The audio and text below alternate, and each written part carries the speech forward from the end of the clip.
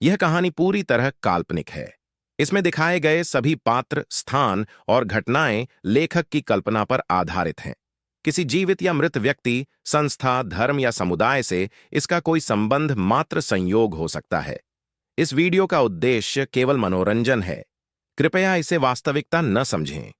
अगर किसी को इससे ठेस पहुंची हो, तो हमें खेद है।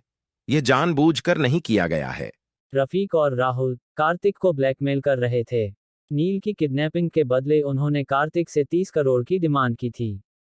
पर उन्होंने ये सब डायरेक्ट नहीं किया। ये सब वो कार्तिक और नील के क्लासमेट विशाल से करवा रहे थे। रफीक के वसंत कुंज वाले विला में विशाल डरा सहमा उनके सामने खड़ा था। राहुल विशाल का लगातार मजाक बना रहा था। राहुल ने हंसते हुए विशाल को टीज किया। बता ना, नील के लिए कार्तिक एक झटके में 30 करोड़ देने को तैयार हो गया। तेरे लिए 50,000 भी नहीं देता ना? विशाल ने सिर झुकाए हुए कहा। मैं नहीं जानता राहुल। रफीक और राहुल एक बार फिर से पागलों की तरह हंसने लगे। रफीक ने कमरे में मौजूद चौथे आदमी की तरफ पलटकर देखा। वो आदमी 3 लैपटॉप एक साथ ऑपरेट कर रहा था। रफीक ने उस आदमी से कहा, पैसे अकाउंट में आते ही तुम जानते हो ना कि तुम्हें क्या करना है। उस आदमी ने रफीक की तरफ देखकर कहा, यस बॉस, मेरा काम ऑलमोस्ट पूरा होने वाला है। जब कार्तिक की थर्ड ट्रांजैक्शन इस अकाउंट में आ रही होगी, मैं इतने में कार्तिक का अकाउंट हैक कर लूंगा। उसके बाद कार्तिक के अकाउंट का सारा पैसा हमारे पास ट्रांसफर हो जाएगा। रफीक उठकर उसके पास आया और उसके कंधे को थपथपाता हुआ बोला, अगर तूने ये काम कर दिया ना तो इसमें से 10 करोड़ तू रख लियो। क्या याद करेगा किस दिलदार से पाला पड़ा था। लैपटॉप पर काम करने वाला वह आदमी बहुत खुश होता हुआ बोला, बॉस आप बहुत बड़े दिल वाले हैं। पीछे से राहुल भी हंसता हुआ रफीक को बोला, सही कह रहा है ये लड़का। दिल तो आपका बहुत बड़ा है। और प्लानिंग तो आपने गजब की है। आप तो रफीक भाई उस कार्तिक को उसी के अंदाज में मात दे रहे हो। खुद को बड़ा सुपर जीनियस समझता था ना वो। आपके अगेंस्ट उसने हैकर प्लांट करके आपकी फैक्ट्री का सारा सिस्टम हैक किया और उसे तबाह कर दिया। यही काम अब आप उसके अगेंस्ट कर रहे हो। जिस पैसे के बलबूते पर इतना उछल रहा है, वो सब उसकी नाक के नीचे से निकल जाएगा। उसको जब तक पता चलेगा तब तक वो दोबारा भिखारी बन चुका होगा। रफीक भाई आप ग्रेट हो। राहुल की चापलूसी पर रफीक खुश होता हुआ बोला, तो और क्या। उस कल के लड़के ने क्या सोचा था कि वह ये नए जमाने के गेम खेलकर मुझे मात दे सकता है। उसको मेरी ताकत का अंदाजा नहीं है। ये हैकर मेरा वो तुरुप का इक्का है जिसे मैं बहुत कम इस्तेमाल करता हूँ। पर जब भी करता हूँ, उसके बाद पूरा गेम बदल जाता है। इसकी हैकिंग कैपेबिलिटी का मुकाबला दुनिया में कोई नहीं कर सकता। कार्तिक को अब समझ आएगा कि जितना वह खुद को पावरफुल समझता है उतना वो है नहीं। दुनिया की ऐसी कोई भी पावर और सोर्सेस नहीं है जो मेरे पास ना हो। मैं हमेशा उससे आगे ही रहूंगा। चाहे वह मुझसे डिजिटल वॉर करें या हैंड टू हैंड, उसे हमेशा मुंह की ही खानी पड़ेगी। विशाल ने रफीक को जब इतने अच्छे मूड में देखा तो उसने हिम्मत करके पूछा, रफीक भाई आपका काम पूरा हो जाने के बाद आप मेरे दोस्त नील को छोड़ देंगे ना? रफीक के जवाब देने से पहले ही राहुल विशाल पर चिल्लाया, अपने काम से काम रख बे। हम क्या करेंगे और क्या नहीं करेंगे, इससे तेरा कोई वास्ता नहीं है। रफीक राहुल को शांत करता हुआ बोला, अरे क्यों चिल्ला रहा है लड़के पर? अब तो ये हमारे साथ काम करता है। अपना ही आदमी समझ इसे भी। फिर रफीक ने विशाल को कहा, हमें तेरे दोस्त से कोई दुश्मनी थोड़ी है। एक बार कार्तिक से हमारा बदला पूरा हो जाए, तेरे दोस्त नील को तो हम छोड़ ही देंगे। रफीक की बात सुनकर विशाल बोला, thank you so much Rafiq भाई। सच में, मैं भी मानता हूं कि आपका दिल बहुत बड़ा है। रफीक विशाल की बात पर हंस पड़ा। विशाल मन ही मन कुढ़ रहा था। उसको उन लोगों से बेहिसाब नफरत महसूस हो रही थी, पर वो दिखा नहीं सकता था। विशाल कार्तिक से भी गुस्सा था कि कार्तिक की दुश्मनी की वजह से नील भुगत रहा है और वो खुद भी इन लोगों के ट्रैप में फंस गया है। इतने में ही विशाल के फोन पर नोटिफिकेशन आया। कार्तिक ने 30 करोड़ ट्रांसफर कर दिए थे। विशाल ने रफीक को बताया कि अकाउंट में पैसा आ गया है। रफीक ने पलटकर लैपटॉप वाले आदमी की तरफ देखा। उसकी अंगुलियां बिजली की गति से कीबोर्ड पर चल रही थी। किसी के अकाउंट से यूं मिनटों में पैसा निकाल लेना उसके बाएं हाथ का खेल था। पर कार्तिक जैसे पावरफुल इंसान के बैंक अकाउंट के साथ आज तक उसने कभी छेड़छाड़ करने की हिम्मत नहीं की थी। उसने रफीक को बताया नहीं था, पर अंदर अंदर वो भी नर्वस था।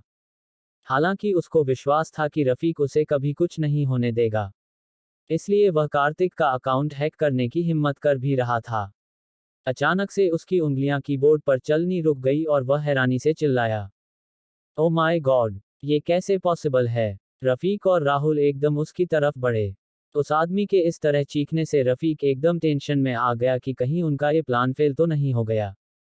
रफीक ने घबरा कर पूछा, क्या हुआ। उस आदमी ने रफीक को बताया, बॉस, मुझे यकीन नहीं हो रहा कि इस आदमी के पास इतना पैसा है।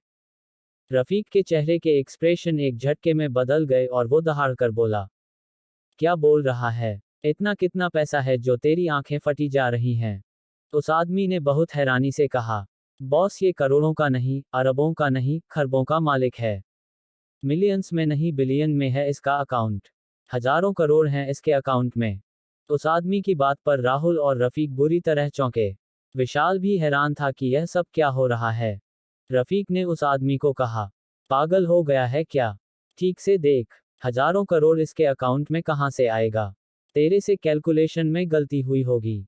उस आदमी ने एकदम से रफीक को कहा, नहीं बॉस, कोई गलती नहीं हुई है। अगर मैं आपको एग्जैक्ट अमाउंट बताऊं तो अभी भी इसके अकाउंट में 40,000 करोड़ रुपए हैं। उस आदमी की बात से रफीक को जैसे सदमा ही लग गया। रफीक को लगता था कि इंडिया में उसके जितना रिच दूसरा कोई नहीं हो सकता। उसकी खुद की नेटवर्थ 30,000 करोड़ थी। उसमें भी ज्यादातर सब फिक्स्ड एसेट था या स्टॉक मार्केट में लगा हुआ पैसा था। अगर इस कार्तिक के अकाउंट में 40,000 करोड़ डिपॉजिट है तो इसके पास एसेट कितने का होगा। रफीक का दिमाग घूम गया। राहुल को भी इतना ह्यूज अमाउंट सुनकर चक्कर ही आ गए। और विशाल को तो लग रहा था कि यह सच हो ही नहीं सकता। जरूर उस हैकर से कोई गलती हुई है। राहुल समझ गया कि कार्तिक कोई साधारण कॉलेज स्टूडेंट नहीं है। उसके पीछे बहुत बड़ी ताकतों का हाथ है। वरना 40,000 करोड़ अकाउंट में इस तरह होना एक असंभव बात है। वो मन ही मन सोचने लगा, इसका मतलब रफीक की पोजीशन तो कार्तिक के आगे कुछ भी नहीं है। राहुल के माथे पर पसीना छलकने लगा। उसे डर लग रहा था कि अगर कार्तिक इतना पावरफुल है तो रफीक कार्तिक से उसे नहीं बचा सकेगा। उसे फिर से भागना पड़ेगा। उसकी जिंदगी खतरे में है। उधर रफीक अभी भी अपने हैकर की बात पर यकीन नहीं कर रहा था। वह खुद स्क्रीन के सामने बैठा, स्क्रीन को लगातार घूर रहा था। बार बार डिजिट्स काउंट कर रहा था। 10 बार करने के बाद भी अमाउंट उतने का उतने ही था। 40,000 करोड़। रफीक अपने दिमाग में सारी कैलकुलेशंस फिट करने की कोशिश कर रहा था कि आखिर इतना पैसा अकाउंट में आया कहां से। रोशन के पूरे बिजनेस को कार्तिक ने बर्बाद किया और उसकी कंपनियों पर ताला लगवा दिया। सिटी बैंक ने रोशन की सारी प्रॉपर्टी जब्त कर ली। अगर सिटी बैंक किसी वजह से उसमें से भी कार्तिक को शेयर दे रहा हो, तब भी इतना पैसा नहीं बन सकता। सिटी बैंक में क्या, दुनिया के किसी भी बैंक में किसी एक पर्सन के अकाउंट में इतना ह्यूज अमाउंट नहीं हो सकता। फिर इस तरह की एग्जेम्पशन की वजह क्या है। रफीक अभी सोच ही रहा था कि सामने रखे कंप्यूटर में अजीब सायरन जैसी तीखी आवाज बजने लगी। रफीक एकदम हड़बड़ा कर उठ गया। वो हैकर सकपका कर फटाफट कीबोर्ड पर हाथ चलाने लगा। रफीक ने उससे पूछा, क्या हुआ। उसने हैकर ने घबराए आवाज में कहा, बॉस, हम एक्शन लेने में लेट हो गए। इतनी देर में शायद उन्होंने हमें ट्रैक कर लिया कि हम उनके अकाउंट में छेड़छाड़ कर रहे हैं। बैंक का ट्रैकिंग सिस्टम एक्टिवेट हो गया है। मैं अपना एंटी ट्रैकिंग सॉफ्टवेयर एक्टिवेट करने की कोशिश कर रहा हूं, पर हो नहीं रहा। रफीक को लगता था कि उसके पास वर्ल्ड का बेस्ट हैकर है। उस हैकर के माथे पर इस तरह पसीना और चेहरे पर हवाएं उड़ती देखकर रफीक हैरान रह गया। रफीक ने उसे कहा, तुम तो बोल रहे थे कि तुमको कोई भी ट्रैक नहीं कर सकता। मैंने तुम्हें कहा भी था कि सिटी बैंक का सिक्योरिटी सिस्टम कमाल का है, पर तुमने कहा था कि कितना भी बड़ा बैंक क्यों ना हो, तुम्हारे लिए ये सब बच्चों का खेल है ना। उस हैकर ने पैनिक हो रफीक से कहा, बॉस, मुझे भी आज तक यही लगता था कि मैं ये बहुत आसानी से कर सकता हूँ। मैंने पहले भी यह सब किया है, पर इनका ट्रैकिंग सिस्टम बहुत ही अलग लेवल का निकला। मेरे लिए भी ये बहुत सरप्राइजिंग है कि ऐसा आखिर कैसे हो गया। ये बहुत शॉकिंग है कि इनका सिक्योरिटी सिस्टम आम सिक्योरिटी सिस्टम नहीं है, बल्कि किसी कंट्री की मिलिट्री, जो अपने डिफेंस सीक्रेट्स गार्ड करने के लिए इस्तेमाल करती है, उस लेवल का सिक्योरिटी सिस्टम इनके पास है। और सबसे बड़ी गलती हमसे ये हुई है कि हमने डिसीजन लेने में जो समय गंवा दिया उन्हीं कुछ मिनटों में इन्होंने हमें ट्रैक कर लिया।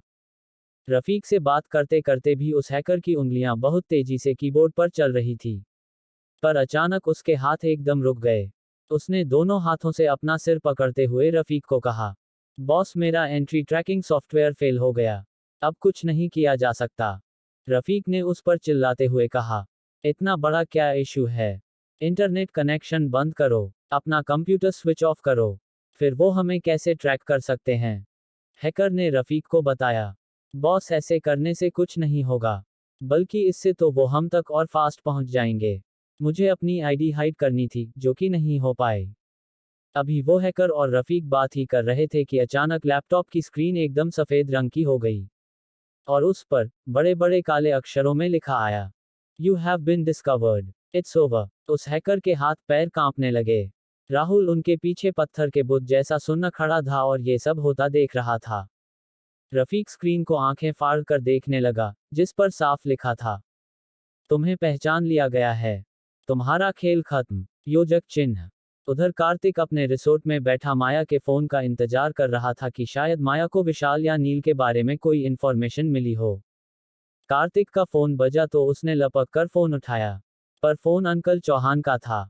फोन उठाते ही अंकल चौहान ने कार्तिक से पूछा, कार्तिक तुम्हारा उस अंडरवर्ल्ड डॉन रफीक से कोई झगड़ा चल रहा है क्या? कार्तिक ने अंकल चौहान से पूछा, क्या हुआ अंकल? अंकल चौहान ने कहा, पहले मेरी बात का जवाब दो। वो हथियारों की फैक्ट्री चलाने वाला रफीक से तुम्हारा क्या झगड़ा है? कार्तिक ने अंकल चौहान को बोला, लंबी कहानी है अंकल, मैं आपको आराम से बताऊंगा, पर आप बताइए तो सही, क्या हुआ है? अंकल चौहान ने कहा, तुम्हारे सिटी बैंक के अकाउंट को हैक करने की कोशिश की गई पर एंड मोमेंट पर सिटी बैंक का डिफेंस सिस्टम एक्टिवेट हो गया और इतना बड़ा हादसा टल गया। बैंक के सिक्योरिटी एक्सपर्ट्स ने हैकर की आइडेंटिटी आइडेंटिफाई कर ली है। उस हैकर की फिजिकल पोजीशन रफीक का वसंत कुंज वाला विला है। यानी कि वो हैकर रफीक का आदमी है। मुझे हैरानी इस बात की है कि रफीक जैसे माफिया डॉन से तुम कब में उलझ बैठे। कार्तिक ने गुस्से में दांत पीसते हुए कहा, रफीक की इतनी हिम्मत हो गई कि उसने मेरा बैंक अकाउंट हैक करने की कोशिश की। उसको अंदाजा नहीं है वो किससे भिड़ रहा है। अभी तक तो मैं फिर भी शांत बैठा था, पर अब जो उसने किया है इसका नतीजा बहुत बुरा भुगतना होगा उसे। अंकल चौहान ने कार्तिक को कहा, कार्तिक मेरी बात सुनो, मैं मानता हूं कि पावर और पैसे में रफीक तुम्हारे सामने कहीं स्टैंड नहीं करता, पर मत भूलो वो एक माफिया डॉन भी है। वो अपना बदला लेने के लिए किसी भी हद तक गिर सकता है। लोगों की जान लेना उसके लिए बच्चों का खेल है। मुझे लगता है कि मुझे रफीक के बारे में तुम्हारी फैमिली में इन्फॉर्म कर देना चाहिए। एक बार उनको रफीक की इंटेंशंस पता चल गई तो रफीक को ठिकाने लगाना चुटकी बजाने जितना आसान हो जाएगा।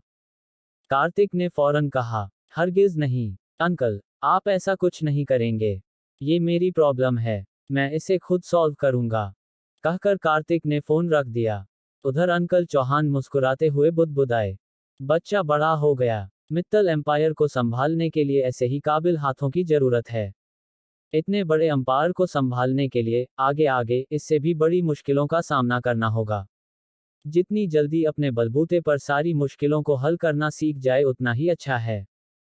अंकल चौहान कार्तिक का कॉन्फिडेंस देखकर बहुत खुश थे।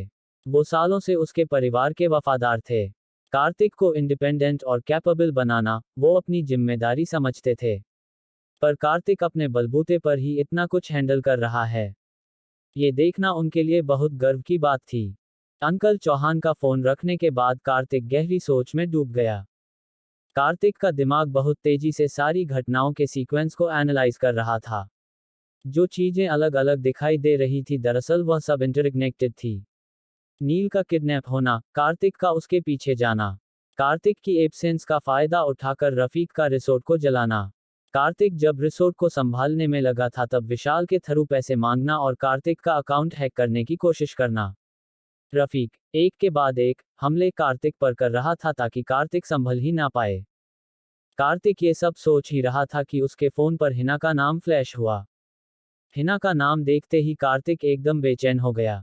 उसके दिमाग में पहला ख्याल यही आया, आदित्य को कुछ न हुआ हो। कार्तिक को जब अंकल चौहान ने बताया कि रफीक उसका अकाउंट हैक करने की कोशिश कर रहा था तो कार्तिक आग बबूला हो गया। समझ तो वो पहले ही गया था कि इन सारी दुर्घटनाओं के पीछे रफीक की साजिश है। कार्तिक रफीक से निपटने की स्ट्रैटेजी सोच ही रहा था कि तभी उसके फोन पर हिना का नाम फ्लैश हुआ। कार्तिक एक पल को घबरा गया कि आदित्य को कुछ ना हुआ हो। फोन उठाते ही उसने हिना से बेचैन होकर पूछा, आदित्य तो ठीक है ना? हिना ने जवाब दिया, यस सर, आदित्य बिल्कुल ठीक है। एंथनी को भी बस छोटी मोटी चोटें हैं। उसको शाम तक डिस्चार्ज मिल जाएगा। पर आदित्य को डॉक्टर्स कुछ दिन अंडर ऑब्जर्वेशन यही रखेंगे। मैंने आपको ये पूछने के लिए फोन किया था कि मेरे लिए अगले ऑर्डर क्या हैं।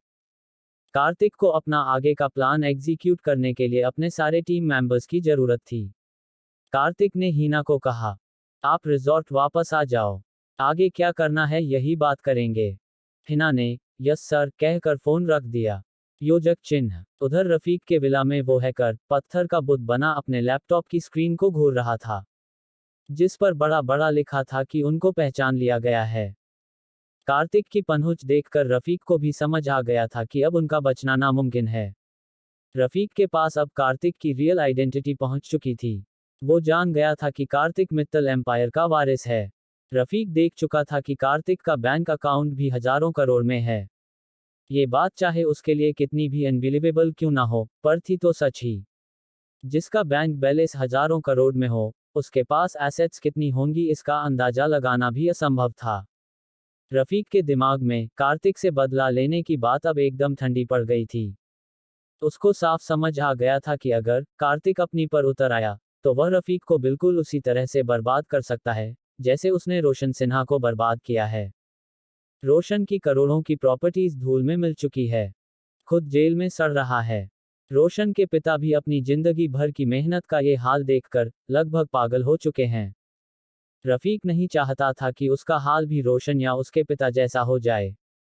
उसने सारे फायदे नुकसान अपने दिमाग में कैलकुलेट किए और इस डिसीजन पर पहुंचा कि कार्तिक से हाथ मिलाने में ही भलाई है। फिर यह सोचकर वो और परेशान हो उठा, जिस तरह से रफीक ने उसका रिसोर्ट जलाया है और उनके बीच लंबे समय से झगड़ा चल रहा है, शायद कार्तिक उससे बात भी ना करना चाहे। दोस्ती का हाथ मिलाना तो दूर की बात है। रफीक ने यहां तक सोच लिया कि कार्तिक को मनाने के लिए अगर माफी भी मांगनी पड़े तब भी प्रेजेंट सिचुएशन में ये बुरा सौदा नहीं होगा। रफीक ये सब सोच ही रहा था कि राहुल ने रफीक से पूछा, रफीक भाई अब हम क्या करेंगे? रफीक ने पलटकर राहुल को देखा। कुछ सोचकर उसकी आंखें चमकने लगी। रफीक के दिमाग में पुराने सारे इंसिडेंट्स घूम गए कि अगर राहुल इस सब में रफीक को ड्रैग नहीं करता तो कार्तिक से उसकी वैसे भी कोई दुश्मनी नहीं थी। इन सब चक्करों में वह राहुल की वजह से फंसा है। अगर वो राहुल को ही कार्तिक के हवाले कर देगा तो कार्तिक का सारा गुस्सा राहुल पर निकलेगा। हो सकता है इस तरह वो रफीक को माफ भी कर दे। अगर फ्यूचर में रफीक को कार्तिक की दोस्ती मिल जाती है तो रफीक के धंधे के लिए यह बहुत बड़ा एडवांटेज होगा। जिस तरह रफीक राहुल को देख रहा था राहुल बेचैन हो गया। उसने भी कोई कच्ची गोलियां नहीं खेली थी। रफीक की आंखों में अपने लिए खतरनाक एक्सप्रेशन देखकर वो समझ गया कि रफीक अब उसका साथ नहीं देगा। राहुल ने मन ही मन सोचा, हो सकता है रफीक कार्तिक की पावर और पैसा देखकर अब डर चुका हो। कार्तिक को खुश करने के लिए रफीक उसे कार्तिक के हवाले भी कर सकता है। कुछ ही पलों में राहुल ने जाने क्या क्या ही सोच डाला था। राहुल के लिए अब एक एक मिनट कीमती था। उसको किसी भी तरीके से वहां से जल्दी भागना था। उसने रफीक को कहा, रफीक भाई मुझे अपने पेट में गड़बड़ लग रही है, मैं जरा टॉयलेट होकर आता हूँ। रफीक ने बुरा सा मुंह बनाते हुए कहा, हाँ तो जा, मुझे क्या बता रहा है? थोड़ी सी मुसीबत सिर पर पड़ी तो तेरा पेट खिसक गया, लूज़र साला। राहुल ने रफीक की बात पर कुछ नहीं कहा और फटाफट वहां से चला गया। राहुल के जाने पर रफीक ने अपने आदमियों को आवाज दी और कहा, इसके पीछे जाओ और इस पर नजर रखो। 5 मिनट बाद ही वह दोनों आदमी भागते हुए आए और रफीक से बोले, बॉस वह लड़का तो भाग गया। रफीक ये सुनते ही आग बबूला हो गया और गुस्से में दहाड़ता हुआ बोला, उल्लू के पट्टों, तुम किसी काम के नहीं हो। एक चिंदी सा लड़का तुम लोगों से नहीं संभला, ऐसे कैसे भाग गया वो? उन दोनों आदमियों में से एक ने रफीक को जवाब दिया, बॉस वो हमारे सामने ही बाथरूम में घुसा। कुछ मिनट तक जब वो बाहर नहीं निकला तब हमने दरवाजा खटखटाया। कोई जवाब नहीं आया तो हमने दरवाजा तोड़ दिया। बाथरूम की खिड़की टूटी हुई थी। वह उसी खिड़की से पीछे की तरफ कूदकर भाग गया। हम घूम के पिछली तरफ जब तक पहुंचे, वो अपनी कार लेकर जा चुका था। पता नहीं इतनी देर में किस तरफ निकल गया होगा। रफीक इस बार पहले से भी तेज चीखा। तो गधों, पहले उसके पीछे जाते। यहाँ क्या मरने आए हो? जल्दी जाओ और किसी भी तरीके से उसको पकड़ो। अगर वो नहीं पकड़ा गया ना, तो मैं तुम दोनों को जान से मार दूंगा। रफीक के ये कहते ही वो दोनों आदमी जैसे आए थे, वैसे ही उल्टे पांव बाहर भाग लिए। रफीक अपने माथे पर हाथ रखकर वहीं सोफे पर बैठ गया, कुछ देर सोचता रहा। फिर विशाल की तरफ देखकर बोला, विशाल तुम भी अब अपने हॉस्टल वापस जा सकते हो। तुम्हारा दोस्त नील और तुम्हारी गर्लफ्रेंड दोनों को मैं छोड़ रहा हूं। तुम बस मेरा एक काम करना। कार्तिक को कहना कि कुछ मिसअंडरस्टैंडिंग हो गई थी। मेरी उससे कोई दुश्मनी नहीं है। ये सब कुछ राहुल की वजह से हुआ है। नील को मैं छोड़ रहा हूं और आगे से उसके रास्ते में कभी नहीं आऊंगा। विशाल हैरानी से पलकें झपकाता हुआ रफीक को देख रहा था। जितनी तेजी से हालात बदले थे, ये सब कुछ उसके लिए बहुत सरप्राइजिंग था। रफीक ना सिर्फ नील को छोड़ रहा था, बल्कि कार्तिक से माफी मांगने की भी बात कर रहा था। जिस तरह से रफीक ने नील को किडनैप किया और विशाल ने इस विला में उसका एम्पायर देखा, इतना तो वो जान गया था कि रफीक बहुत बड़ा डॉन है। और अब जैसे वो कार्तिक के आगे कांप रहा है, विशाल के लिए यह बहुत शॉकिंग था। विशाल भी सोच में पड़ गया कि कार्तिक के पास ऐसे कितनी पावर और पैसा है कि रफीक जैसा डॉन भी उसके आगे भीगी बिल्ली बन गया है। विशाल भी अब बहुत नर्वस हो रहा था। इतने बड़े माफिया डॉन ने घुटने टेक दिए थे और राहुल भाग गया था। ये सब देखकर विशाल को अपने लिए भी फिक्र होने लगी थी। आखिरकार वह भी इस साजिश में चाहे अनचाहे हिस्सा बना ही था। रफीक के दबाव में ही सही, पर रिसोर्ट में आग तो उसने नहीं लगाई थी। वो सोच रहा था कि पता नहीं कार्तिक इस बात के लिए उसे माफ करेगा भी कि नहीं। रफीक ने विशाल को ब्लैकमेल किया था कि अगर वो उसके आदमियों के साथ जाकर कार्तिक के रिजॉर्ट में आग नहीं लगाएगा, तो रफीक नील को जिंदा जला देगा। विशाल सिर्फ नील के लिए शायद रफीक की बात नहीं मानता, पर रफीक ने नील के साथ साथ विशाल की गर्लफ्रेंड को भी किडनैप कर लिया था। तब रफीक की बात मानने के सिवा विशाल के पास कोई ऑप्शन ही नहीं बचा था। विशाल को समझ नहीं आ रहा था कि कार्तिक इस बात को समझेगा भी कि नहीं। विशाल को सोच में पड़ा देखकर रफीक ने फिर से कहा, अब यहाँ क्यों खड़े हो? जाओ और जाकर कार्तिक को बता दो कि मुझे गलतफहमी हो गई थी। मेरी उससे कोई दुश्मनी नहीं है।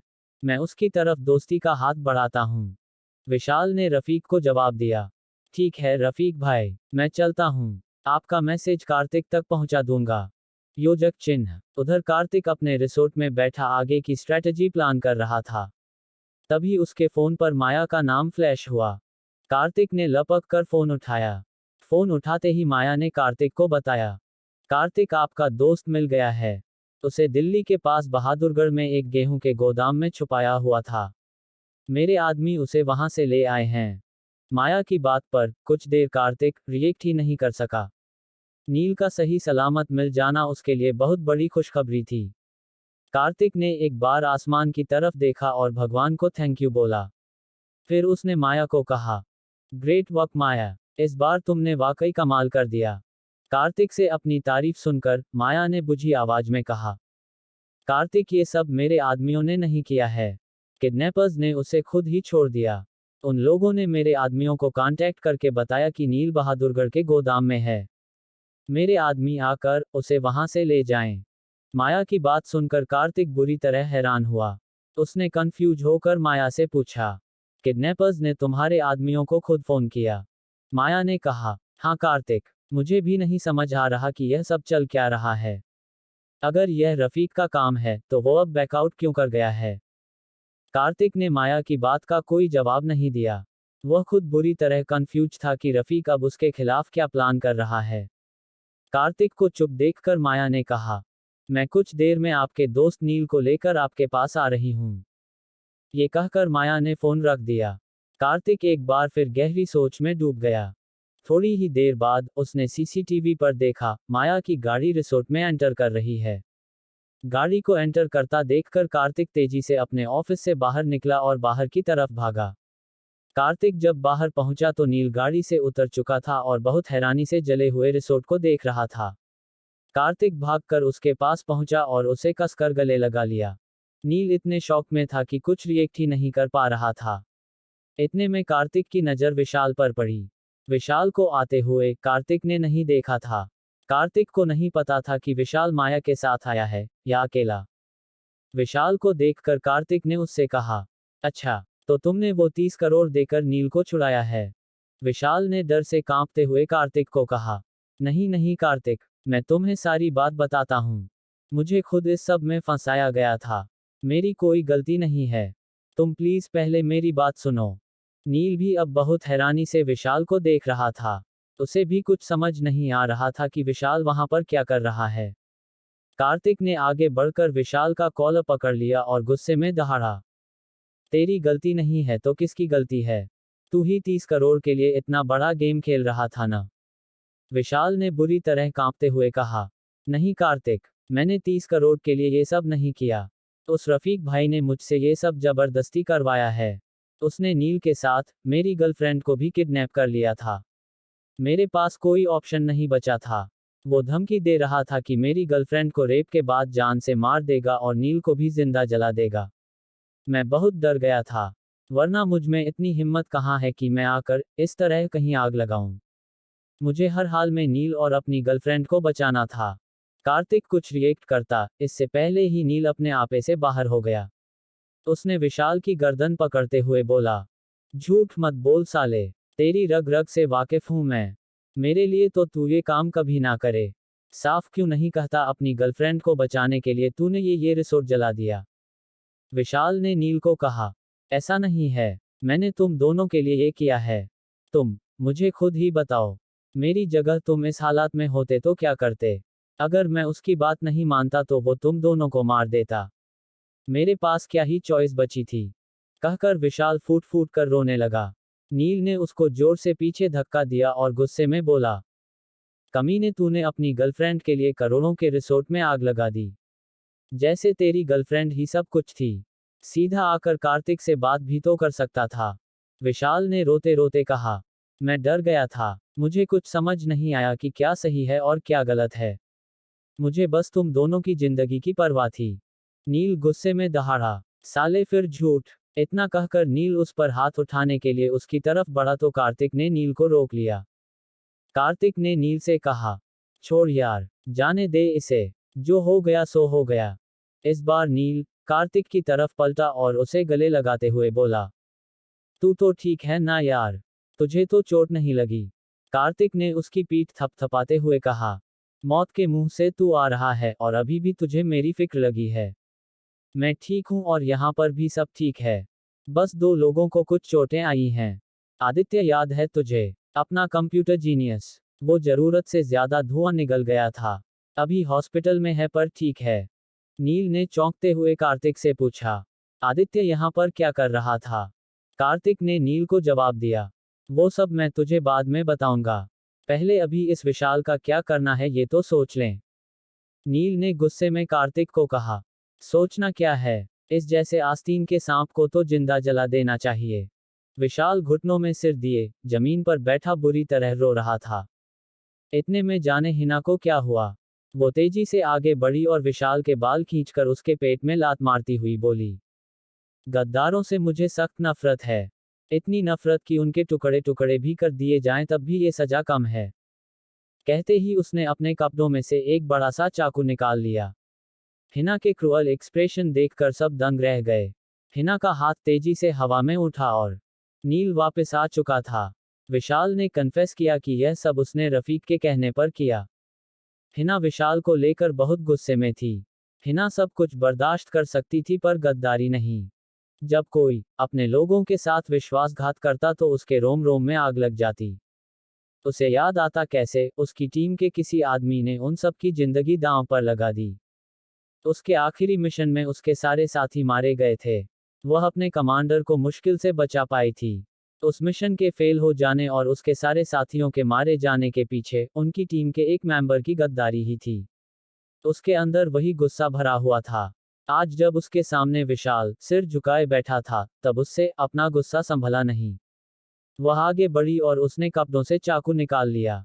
हिना विशाल के सीने में चाकू उतारने ही वाली थी कि एंड मूवमेंट पर कार्तिक ने तेजी से आगे बढ़कर उसका हाथ पकड़कर उसे रोक लिया। ऐसा नहीं है कि कार्तिक को विशाल से कोई हमदर्दी थी, पर कार्तिक दिल का बहुत अच्छा इंसान है। वह समझता था कि इंसान से गलतियां हो जाती हैं। विशाल दबाव में था इसलिए ऐसा कर बैठा। हालांकि यह विशाल की गलती नहीं, गुनाह था।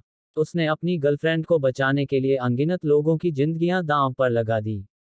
ईश्वर की कृपा रही कि उसके स्टाफ के लोग सही समय पर रिसोर्ट के बाहर आने में कामयाब रहे। अगर वो अंदर फंस जाते तो कितनी सारी मौतें होती। आदित्य को बचाना तो लगभग नामुमकिन हो गया था। अगर कार्तिक के पास हिना और एंथनी जैसे एक्स्ट्राऑर्डिनरी ब्रेव लोग नहीं होते तो आदित्य को बचाया नहीं जा सकता था। हिना का गुस्सा बिल्कुल जायज था। अगर आदित्य या एंथनी की जान चली जाती या स्टाफ मेंबर्स में से किसी को कुछ हो जाता तब कार्तिक भी विशाल को माफ नहीं कर पाता। विशाल को जब रफीक ने ब्लैकमेल करने की कोशिश की थी तब विशाल को कार्तिक के पास आना चाहिए था। आखिर वो लोग इतने सालों से एक साथ है। और नील का तो विशाल अच्छा दोस्त रहा है। विशाल का अपने निजी स्वार्थ के लिए इतने सारे लोगों की जिंदगियां दांव पर लगा देना गलत ही था। कार्तिक ने विशाल को कहा, तुमको अंदाजा भी है, हमारे कॉलेज का लड़का आदित्य उस वक्त रिसोर्ट में फंस गया था। तुम्हारी वजह से उसकी जान जाने वाली थी। हम उसे बहुत मुश्किल से बचा पाए हैं। वह अब भी हॉस्पिटल में है। विशाल ने चौंक कर कार्तिक की तरफ देखा। आदित्य के रिसोर्ट में होने का उसको कोई अंदाजा नहीं था। कार्तिक ने विशाल को पूछा, तुमको नहीं लगता इतना बड़ा कदम उठाने से पहले तुम्हें पहले मेरे पास आना चाहिए था? तुम अपनी गर्लफ्रेंड के लिए इतने सारे लोगों की जान लेने पर तुल गए। ये इंसानियत नहीं है। तुम माफी नहीं डिजर्व करते, लेकिन कार्तिक अपनी बात पूरी करता इससे पहले ही नील ने आगे बढ़कर विशाल को एक लात मारते हुए कहा, इसे तो भूल से भी मत छोड़ना, ताकि लोगों को सबक मिले कि इस तरह अपने दोस्तों को धोखा देने का क्या नतीजा होता है। नील के ये कहते ही हिना एक बार फिर विशाल की तरफ बढ़ी और बोली, मुझे करने दो ये काम। मेरी छाती को ठंडक पड़ेगी इस जैसे सांप का फन कुचल कर। विशाल बुरी तरह डर से कांप रहा था। वो रोते रोते कार्तिक से बोला, कार्तिक प्लीज मुझे माफ कर दो, मैं सच में बहुत डर गया था। कहकर विशाल बहुत बुरी तरह रोने लगा। ये देख कार्तिक को विशाल पर दया आ गई। कार्तिक जानता था कि विशाल ने ये सब कुछ रफीक के दबाव में ही किया है। पर इससे विशाल का भी ट्रू कलर दिख गया कि वो किस हद तक स्वार्थी हो सकता है। ऐसे लड़के पर भरोसा तो कभी नहीं किया जा सकता था। फिर भी कार्तिक ने नील से कहा, जाने दे यार, इसकी जान लेकर हमें क्या मिलेगा? जो होना था वो तो हो ही चुका है। कार्तिक ने विशाल को देखकर कहा, विशाल तुम जाओ यहां से। विशाल को जैसे अपने कानों पर यकीन नहीं आया। उसने हैरानी से कार्तिक की तरफ देखा। वो घुटनों पर जमीन पर बैठा था। उसमें दोनों हाथ जोड़कर माफी मांगते हुए कार्तिक से पूछा, तुमने मुझे माफ कर दिया? कार्तिक ने बहुत कड़वाहट के साथ कहा, नहीं, माफ तो मैं तुम्हें कभी भी नहीं कर सकता, पर मेरा काम लोगों की जिंदगी लेना नहीं है। अब तुम उठो और यहाँ से फौरन निकल जाओ, इससे पहले कि मेरे लोग अपना गुस्सा संभाल ना पाए और फिर मैं भी तुम्हें नहीं बचा पाऊं। विशाल ने चैन की सांस ली कि आखिरकार कार्तिक ने उसे छोड़ दिया। एक बार को तो उसे लगा था कि कार्तिक के लोग उसकी जान ही ले लेंगे, पर अगले ही पल उसका मन ये सोचकर बुझ गया कि वो कार्तिक की नजरों में हमेशा के लिए गिर गया है। कार्तिक के पास जितना पैसा और पावर है, उस देखते हुए अगर कार्तिक से उसकी दोस्ती बनी रहती तो आगे जाकर उसको कितना फायदा पहुंचता। विशाल के दिमाग में अभी भी यही सब चल रहा था कि उसकी एक गलती से उसने कितना कुछ खो दिया है। उसको सोच में पड़ा देखकर नील ने उस पर चिल्लाते हुए कहा, अब यहाँ क्यों बैठा है और कुछ भी सुनना बाकी है क्या? निकल जा यहाँ से। विशाल ने नील से कहा, मैंने तुम्हें बचाने के लिए ही यह सब किया था, फिर भी तुम मुझे कोसे जा रहे हो। नील ने उसे धमकाते हुए कहा, शुक्र कर जिंदा जाने दे रहा हूं। खूब पता है मुझे, तूने किसको बचाने के लिए और क्यों किया ये सब। जो 30 करोड़ तूने अपनी जेब में किए हैं ना, अभी के अभी वापस आ जाने चाहिए। विशाल ने कार्तिक की तरफ देखकर कहा, मैंने ये सब पैसे के लिए नहीं किया था। वो पैसे मैं तुम्हें अभी लौटा दूंगा, पर मुझे तुम्हें रफीक का एक मैसेज भी देना था। उसने मुझसे कहा कि मैं तुम्हें बता दूं कि उसे गलतफहमी हो गई थी। ये जो कुछ भी हुआ, ये सब उसने राहुल के भड़काने पर किया है।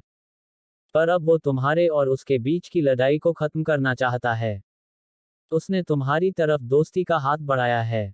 विशाल के ये सब बताने पर भी कार्तिक के चेहरे पर एक्सप्रेशन चेंज नहीं हुए। उसने बहुत ठंडे सपाट लहजे में विशाल को कहा, मुझे ये बात पता है। इसके अलावा भी कुछ कहना है क्या? विशाल ने ना में सर हिला दिया। कार्तिक ने उसे कहा, ठीक है। अब निकल जाओ यहाँ से और दोबारा कभी नजर मत आना।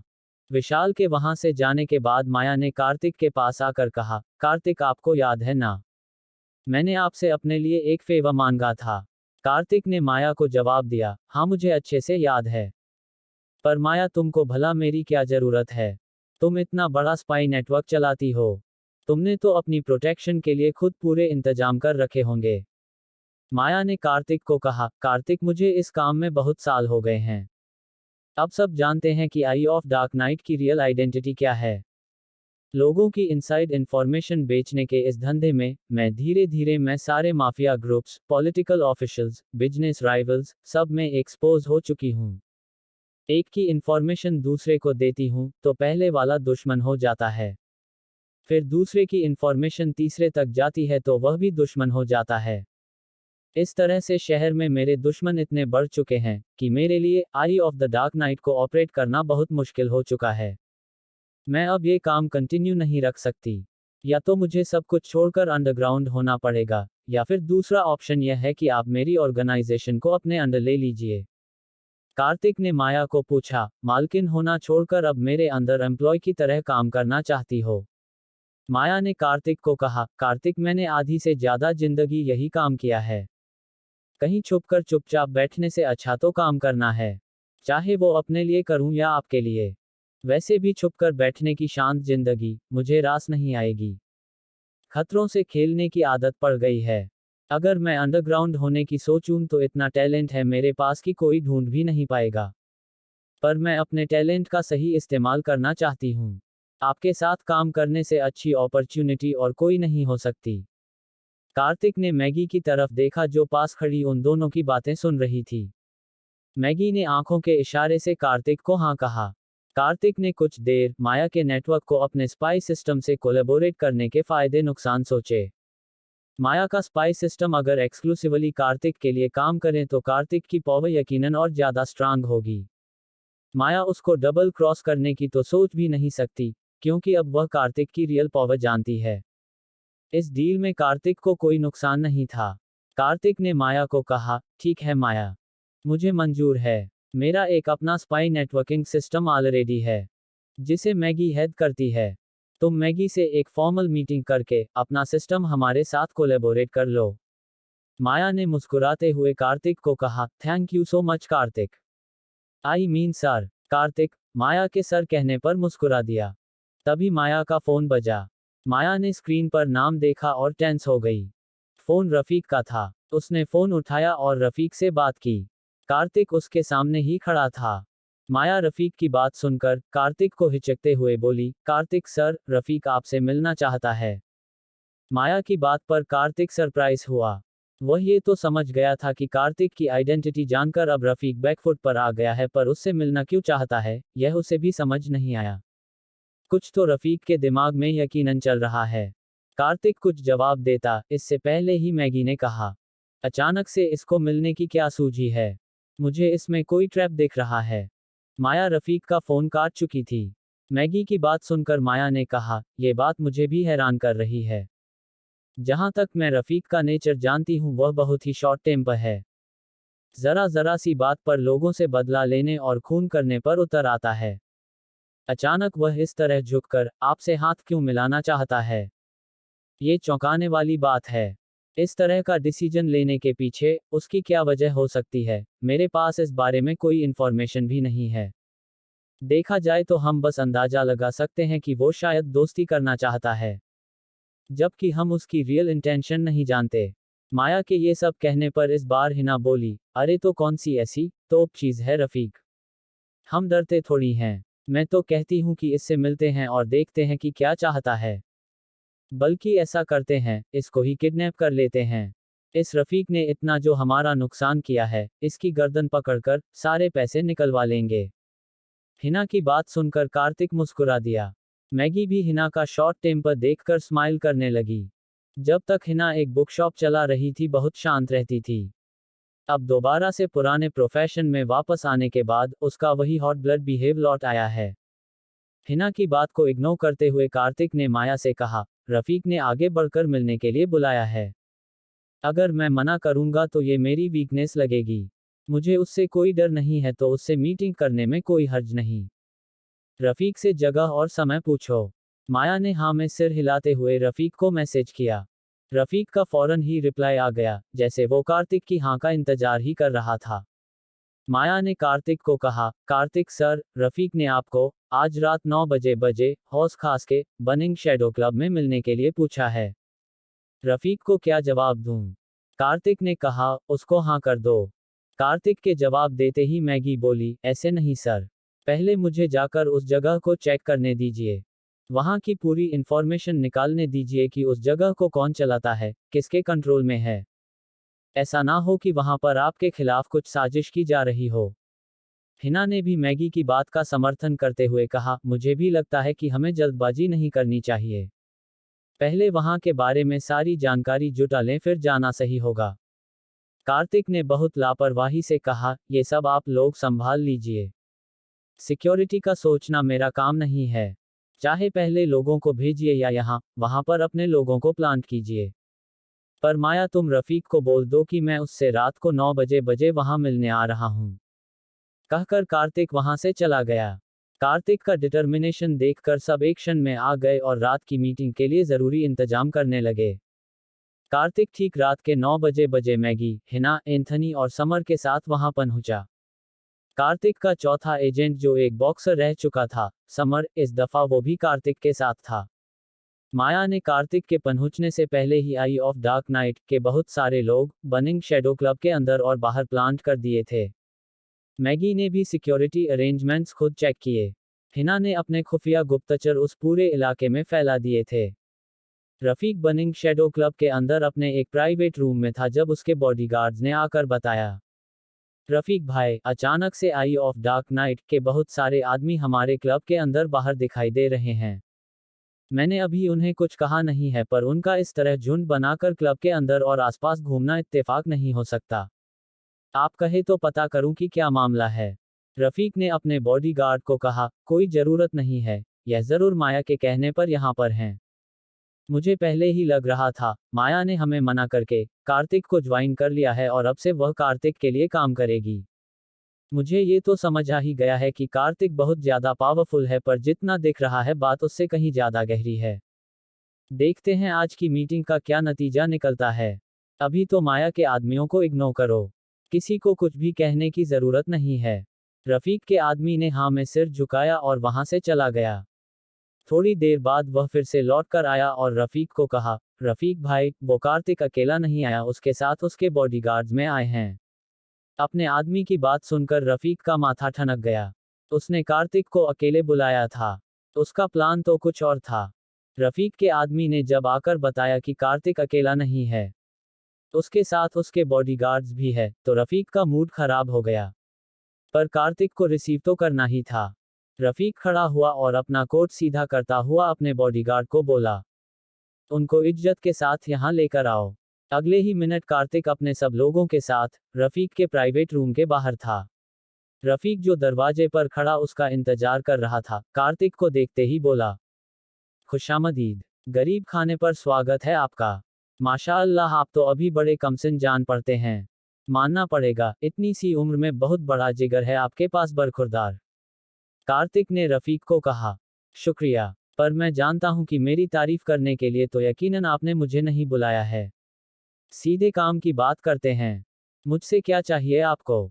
दरअसल कार्तिक को रफीक से किसी भी तरह का कोई रिलेशन नहीं बनाना था। फालतू की बातें करके वो टाइम वेस्ट नहीं करना चाहता था। इसलिए उसने सीधा ही पूछ लिया कि रफीक को उससे क्या काम है। रफीक को कार्तिक का इस तरह टू द पॉइंट बात करना बहुत अखरा, पर उसने कार्तिक की रूड टोन को इग्नोर करते हुए बहुत मिठास के साथ कहा, अरे मिस्टर कार्तिक, इतनी भी क्या जल्दी है? हम पहली बार मिल रहे हैं। आइए आराम से बैठकर बात करते हैं। यहाँ खड़े खड़े क्या ही बात कीजिएगा। रफीक की बात पर कार्तिक हाँ में सिर हिलाते हुए उसके प्राइवेट रूम की तरफ बढ़ा। कार्तिक के साथ मैगी, हिना, एंथनी और समर भी आगे बढ़े, पर रफीक के बॉडीगार्ड्स ने उन चारों का रास्ता रोक लिया।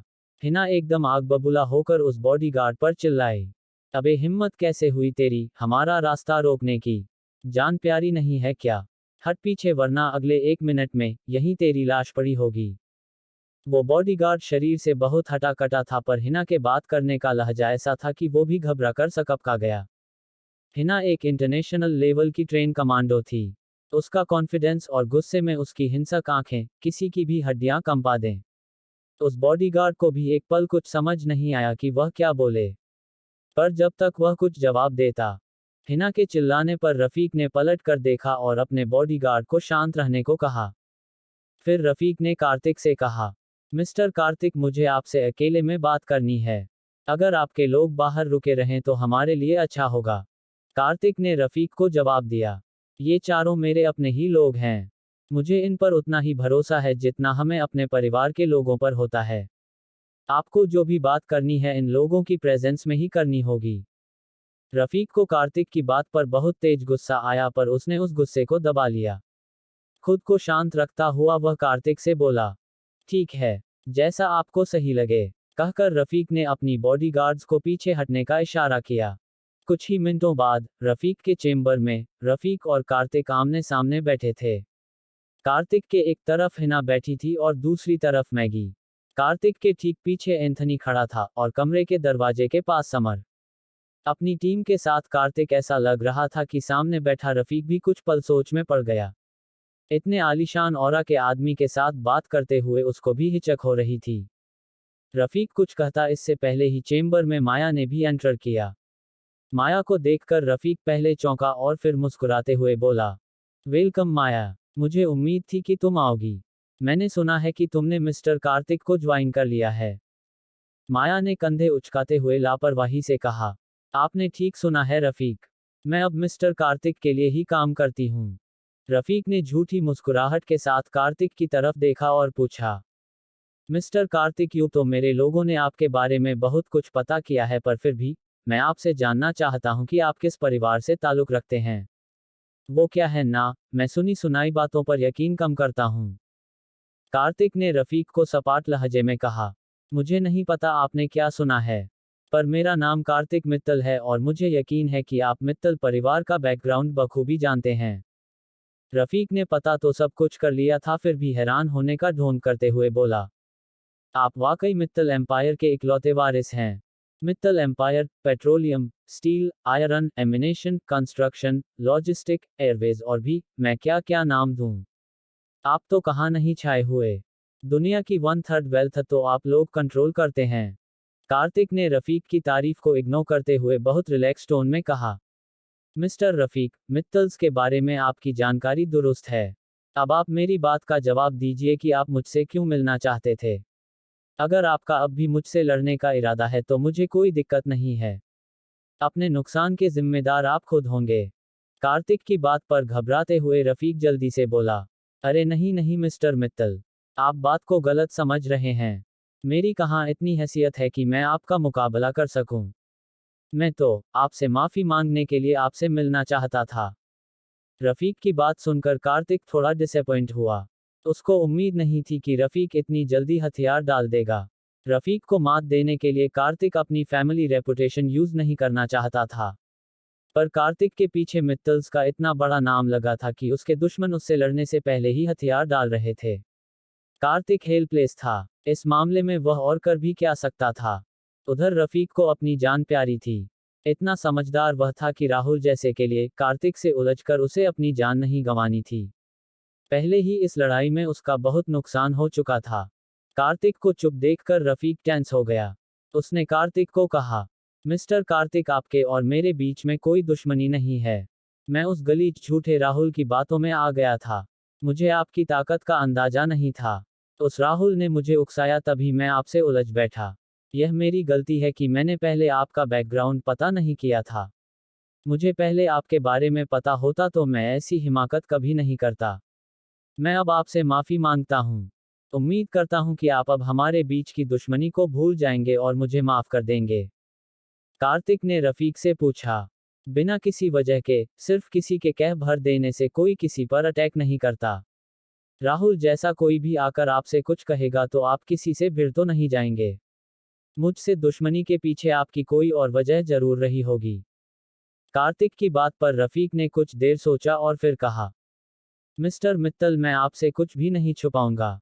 दरअसल आपने जिस रोशन सिन्हा को पूरी तरह बर्बाद किया, उसकी कंस्ट्रक्शन कंपनी और उसके बाकी बिजनेसेस में मेरा भी बहुत पैसा लगा हुआ था। आपने रातों रात जिस तरह से उसे क्रश किया, मेरा करोड़ों रुपए डूब गया। शुरू में मुझे ऐसा लगा कि सिटी बैंक के साथ कुछ प्रॉब्लम हो जाने की वजह से रोशन का बिजनेस बर्बाद हुआ है। उन लोगों ने ही ठीक से हैंडल नहीं किया, इसलिए ये नौबत आई। पर बाद में राहुल ने आकर मुझे भड़काया कि गलती रोशन की नहीं थी। आपने किसी लड़की के लिए उसको बर्बाद कर दिया है। अब क्योंकि मेरा करोड़ों रुपया डूब गया था तो मैं भी तैश में आकर आपसे उलझने की गलती कर बैठा। रफीक की बात पर कार्तिक भी इस बार गुस्से में आ गया। कार्तिक ने बहुत हार्श टोन में रफीक से पूछा, राहुल के भड़काने पर आप इतना तैश में आ गए कि आपने मेरे भाई जैसे दोस्त को किडनैप करके मारने की कोशिश की। इतने से भी आपका बस नहीं हुआ तो आपने मेरा रिसोर्ट जला दिया, बिना ये सोचे कि उसमें कितने अनगिनत लोग जिंदा जल सकते थे। इस सब की भरपाई कैसे होगी? इतने सब के बाद मैं आपसे अपनी दुश्मनी भूल कैसे सकता हूँ? कार्तिक के तेवर से साफ जाहिर था कि रफीक से हाथ मिलाने का उसका कोई इरादा नहीं है। कार्तिक का एटीट्यूड देखकर रफीक के माथे पर पसीना छलकने लगा। उसने बेचैनी से अपने हाथ मलते हुए कार्तिक को कहा, मिस्टर कार्तिक, आपके दोस्त नील के केस में मैं दिल से माफी मांगता हूँ। रही आपके रिसोर्ट के नुकसान की बात, तो वो भरपाई मैं कर दूंगा। बस आप मुझे एक मौका दे दीजिए। आज के बाद मेरी तरफ से आपको कभी कोई परेशानी नहीं होगी। कार्तिक ने सरकास्टिक स्माइल के साथ रफीक से पूछा, वाह, अब आप मेरे नुकसान की भरपाई करेंगे? ठीक है, बताइए कितना पे कर सकते हैं? रफीक ने एकदम से कहा, 50 करोड़। मैं आपके रिसोर्ट की रिकंस्ट्रक्शन के लिए 50 करोड़ देने को तैयार हूँ। रफीक के बात पर कार्तिक जोर से हंस दिया और बोला, ऐसा करो, 50 करोड़ बाहर भिखारियों में बांट दो। मेरे लिए 50 करोड़ चिल्लर के बराबर है। 50 नहीं, मुझे 500 करोड़ चाहिए। कार्तिक की बात सुनकर रफीक के चेहरे का रंग उड़ गया। वह हकलाता हुआ बोला, क्या? 5.550 करोड़? 500 करोड़ तो बहुत बड़ा अमाउंट है। कार्तिक ने बोन चिलिंग टोन में कहा, सिर्फ 500 करोड़ ही नहीं बल्कि उस राहुल को भी मेरे हवाले करो। तब जाकर मैं इस दुश्मनी को खत्म करने की सोचूंगा। रफीक कुछ देर से कपकाया सा सोचता रहा, फिर उसने कार्तिक को रिक्वेस्ट करते हुए कहा, मिस्टर कार्तिक, 500 करोड़ बहुत ज्यादा हैं। क्या कुछ कम नहीं हो सकता? कार्तिक ने बहुत रडली कहा, नहीं, बढ़ जरूर सकता है। कहिए तो बढ़ा दूं। रफीक समझ गया कि कार्तिक अब उसे ह्यूमिलेट कर रहा है। उससे नेगोशिएशन करना बेकार है। रफीक ने कार्तिक को जवाब दिया, ठीक है मिस्टर मित्तल, मैं 500 करोड़ का अरेंजमेंट करता हूँ। पर राहुल के लिए आई एम रियली सॉरी। वो लड़का मेरे आदमियों को चकमा देकर भाग गया, वरना आपको कहने की जरूरत ही नहीं पड़ती। मैं खुद उसे आपके हवाले करता। पहले रफीक के लिए 500 करोड़ बहुत बड़ी रकम नहीं थी, पर अब तकरीबन 1000 करोड़ का नुकसान उसको अपनी एमिनेशन फैक्ट्री में हो चुका था। कार्तिक के लिए 500 करोड़ अरेंज करने में अब उसको अपनी कुछ प्रॉपर्टीज और स्टॉक्स बेचने पड़ेंगे। जब रफीक अपने दिमाग में ये सब कैलकुलेशन कर रहा था तो कार्तिक सामने बैठा मुस्कुरा रहा था। दरअसल कार्तिक ने रफीक की फाइनेंशियल पोजीशन पहले ही पता कर ली थी। कार्तिक जानता था कि रफीक ज्यादा से ज्यादा 500 करोड़ ही देना मैनेज कर पाएगा। इससे ज्यादा अगर कार्तिक ने उससे मांग लिया, तो वो ना सिर्फ पूरी तरह सड़क पर आ जाएगा बल्कि दोबारा से अपना बिजनेस खड़ा भी नहीं कर पाएगा। कार्तिक को 500 करोड़ देने के बाद, रफीक को अब भी अपना बिजनेस दोबारा खड़ा करने में सालों लगने वाले थे। पर रफीक के पास कोई दूसरा चारा नहीं था। अगर वह कार्तिक को मना करता है तो कार्तिक रफीक की रही सही प्रॉपर्टीज और बिजनेस को भी मिट्टी में मिला देगा। रफीक ये बात बखूबी जानता था। कार्तिक ने जब रफीक से 500 करोड़ की मांग की तो माया चौंक गई थी। माया के पास भी ये इन्फॉर्मेशन थी कि रफीक की फाइनेंशियल वर्थ कितनी बची है। कार्तिक की नेगोशिएशंस एबिलिटी देखकर माया भी दंग रह गई, और मन ही मन उसे एडमायर किए बिना नहीं रह सकी। मैगी तो कार्तिक से इम्प्रेस थी ही, हिना भी कार्तिक की इंटेलिजेंस देखकर बहुत हैरान थी। जिस तरीके से कार्तिक ने रफीक से डील नेगोशिएट की थी वह किसी बहुत एक्सपीरियंस्ड और मैच्योर आदमी का स्टाइल था। रॉ में रहते हुए ऐसी डील उसने बड़ी बड़ी कंट्रीज को अपने सीक्रेट्स के लिए नेगोशिएट करते हुए देखा था। और आज कार्तिक इतनी सी उम्र में इतनी बड़ी नेगोशिएशन कर रहा था। 500 करोड़ बहुत बड़ा अमाउंट होता है। उसने सच में रफीक को इस सिचुएशन डाल दिया था कि वह दोबारा से कार्तिक से उलझने की कभी सोच भी नहीं पाएगा। हिना सोच रही थी कि एक समय था जब उसके साथियों ने उसे धोखा दिया।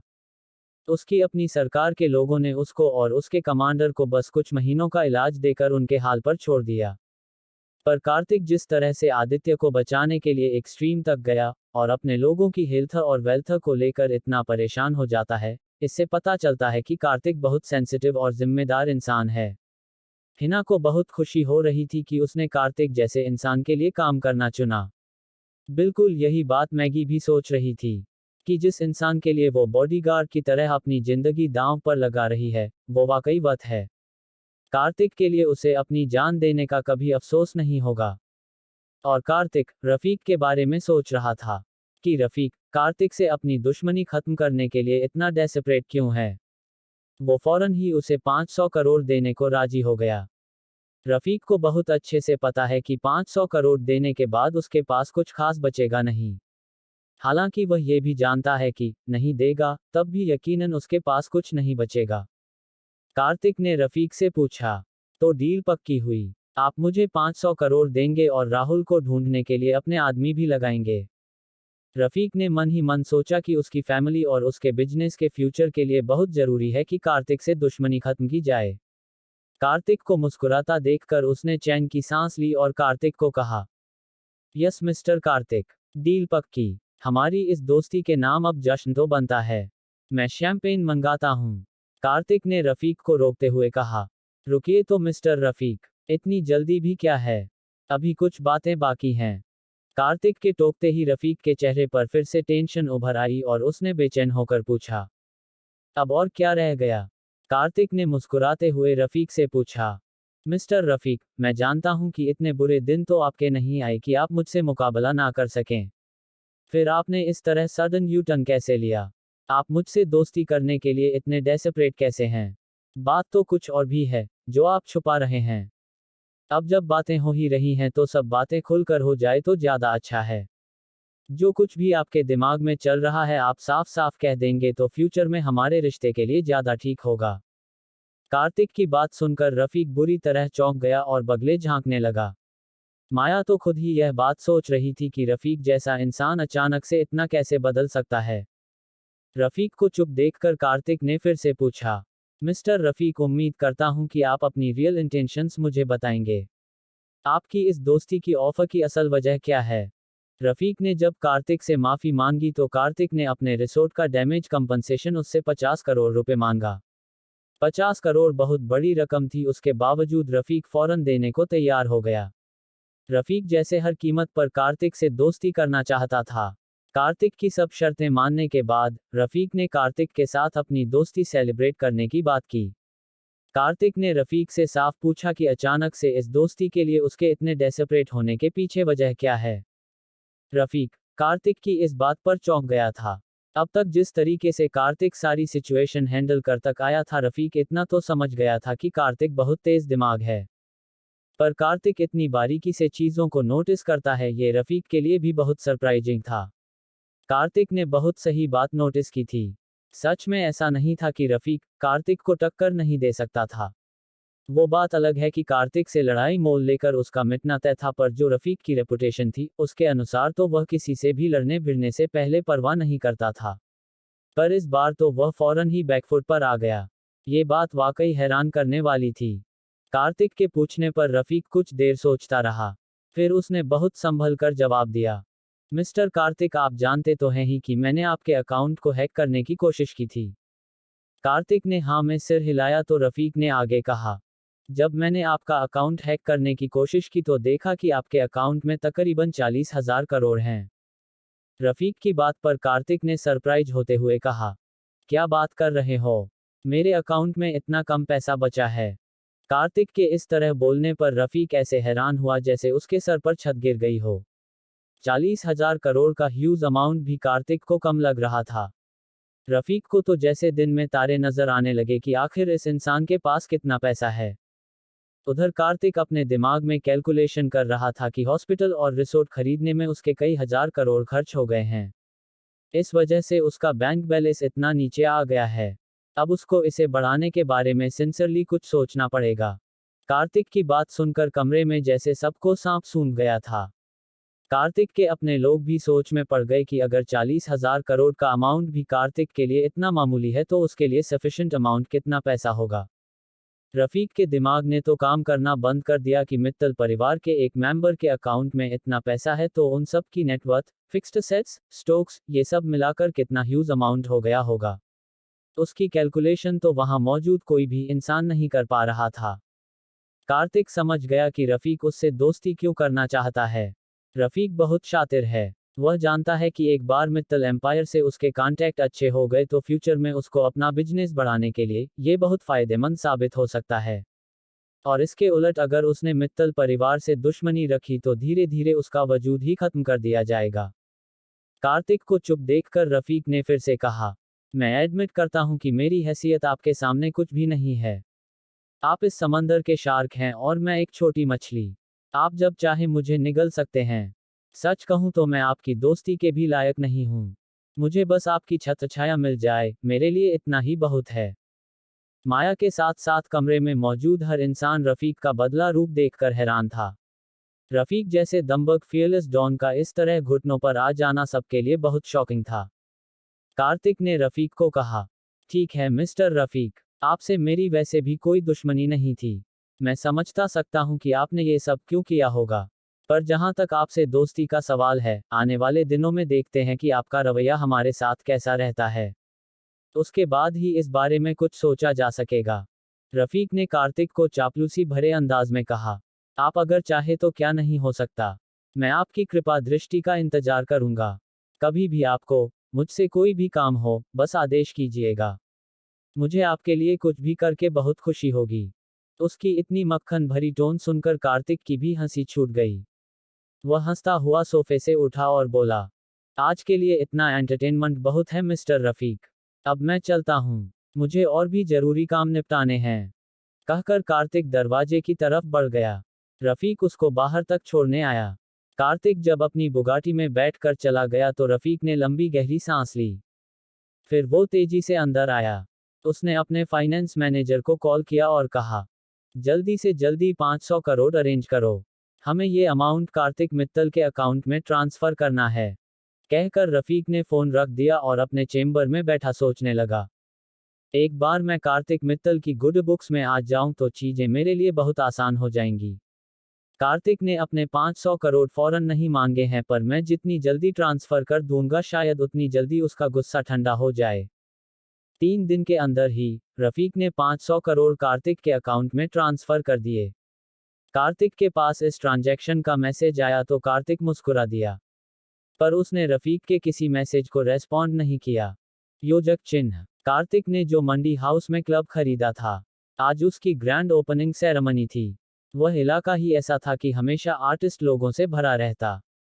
कार्तिक के क्लब का नाम बहुत अट्रैक्टिव था, कलाओं का संगम। बहुत सारे थिएटर के लोग, म्यूजिक से जुड़ाव रखने वाले शौकीन, पेंटर्स, डांसर्स, हर कला से जुड़ा इंसान आज वहां मौजूद था। कार्तिक की टीम ने क्लब की बहुत ही शानदार पब्लिसिटी की थी। इसलिए भी क्लब की एक्टिविटीज को लेकर हर तरफ बहुत ही क्यूरियोसिटी थी। दिल्ली यूनिवर्सिटी के बहुत सारे स्टूडेंट्स भी वहां पर प्रेजेंट थे। क्लब के अंदर एंट्री के लिए सब में होड़ मची थी। क्लब के बाहर एक बहुत बड़ा हुजूम इकट्ठा हो चुका था। अंदर राधिका का लाइव सिंगिंग शो चल रहा था। हर तरफ लड़के लड़कियां झूम रहे थे। राधिका वही लड़की है जिसको उस रात नाइट क्लब में कार्तिक ने बॉबी और उसके दोस्तों से बचाया था। तब कार्तिक ने न सिर्फ उस कंस्ट्रक्शन वर्कर राशिद को, जो वहां पर सिक्योरिटी गार्ड था, अपने क्लब में सिक्योरिटी हेड अपॉइंट किया था, बल्कि राधिका को भी आर्टिस्टिक जोन का हेड अपॉइंट कर दिया था। राधिका ने भी क्लब को डेवलप करने में रात दिन लगा दिए थे। आज क्लब की ओपनिंग सेरेमनी में उसकी मेहनत साफ दिखाई दे रही थी। आदित्य को हॉस्पिटल से डिस्चार्ज मिल गया था तो क्लब की ओपनिंग सेरेमनी में वह भी आया था। एंथनी भी उसके साथ था। कार्तिक ने कॉलेज के अपने सब दोस्तों को भी इनवाइट किया था। कार्तिक अपने सारे दोस्तों और एम्प्लॉइज के साथ बहुत घुल मिलकर एंजॉय रहा था। माया के लिए ये देखना बहुत सरप्राइजिंग था। कार्तिक के बाकी सबॉर्डिनेट्स भी उसे इतना डाउन टू अर्थ देखकर हैरान थे। दिल्ली जैसे शहर में ये हाल है कि जिसके पास चंद करोड़ भी हो वह भी खुद को खुदा समझने लगता है। और यहाँ कार्तिक अरबों खरबों का मालिक होकर भी अपने दोस्तों और एम्प्लॉयर्स के बीच में ऐसे झूम रहा था। कोई अंदाजा नहीं लगा सकता था कि ये आम सा दिखने वाला लड़का दुनिया की 1/3 वेल्थ का मालिक है। इस समय कार्तिक के साथ काम करने वाला हर शख्स खुद को बहुत खुशनसीब समझ रहा था। राधिका का गाना खत्म हो चुका था। अचानक नील स्टेज पर चढ़ गया और राधिका से माइक लेकर अनाउंस करने लगा, आज आप सब इस शानदार क्लब की ओपनिंग में आए हैं। यकीनन आप लोग जानना चाहेंगे कि यह क्लब किसका है। तो दोस्तों, इस क्लब का मालिक और कोई नहीं, हम सबका दिल अजीज कार्तिक मित्तल है। यारों का यार, हमारा कार्तिक। भीड़ में मौजूद सारे कॉलेज स्टूडेंट्स तालियां, सीटियां बजाने लगे।